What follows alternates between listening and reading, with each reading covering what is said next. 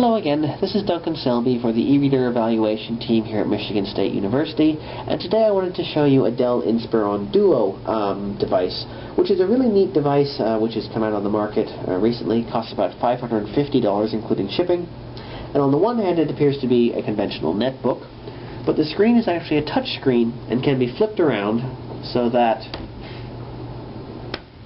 the device can be folded down and used just like a tablet. There is a keyboard that can be pulled out, it can be typed on with your fingertips, or if you want to do more serious work, the device can be reopened up at any time and used to type any sort of document or do any sort of analysis as you would with a conventional netbook.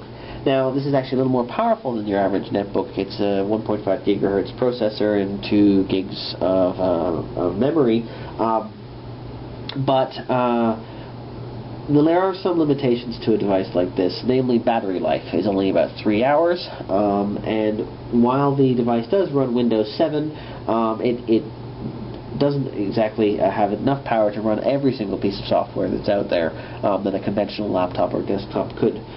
So in terms of functionality, it's a good medium. Is this Dell Inspiron Duo? It's not got all the limitations of a tablet device, but it doesn't have all the functionality yet of a full-screen laptop. And in the process, unfortunately, as I said, it burns up too much power, but in the near future, hopefully, other devices like this will solve some of these problems. When it comes to actually reading through a book, the touchscreen on the Dell Inspiron Duo is a little bit clunky when compared to some of the other touch screens we've tried. But overall, it's acceptable. I'm going to show you one of the free books that came with it, The Tales of Peter Rabbit, which is nowhere near a textbook, but at least is quite graphics intensive. So, move this over. Just double check in the camera to make sure, yep, you can see it. Excellent. This is, again, a couple of the pages from the book.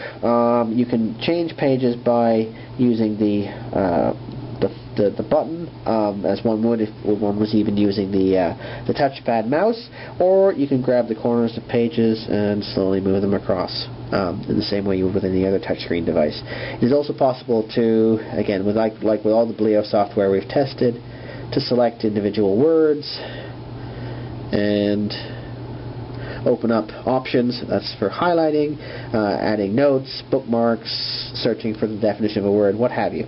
So there's all the same conventional sort of options that one finds in most of the e-reading software these days. So very, very good to see on a device like this.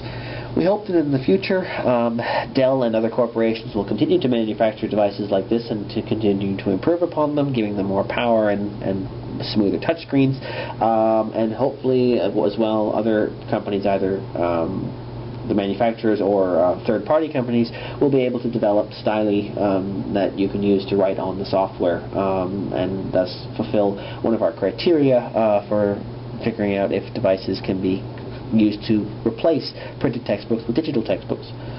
So yeah, looking forward to the future and hoping to see more devices like this come out in the next few months.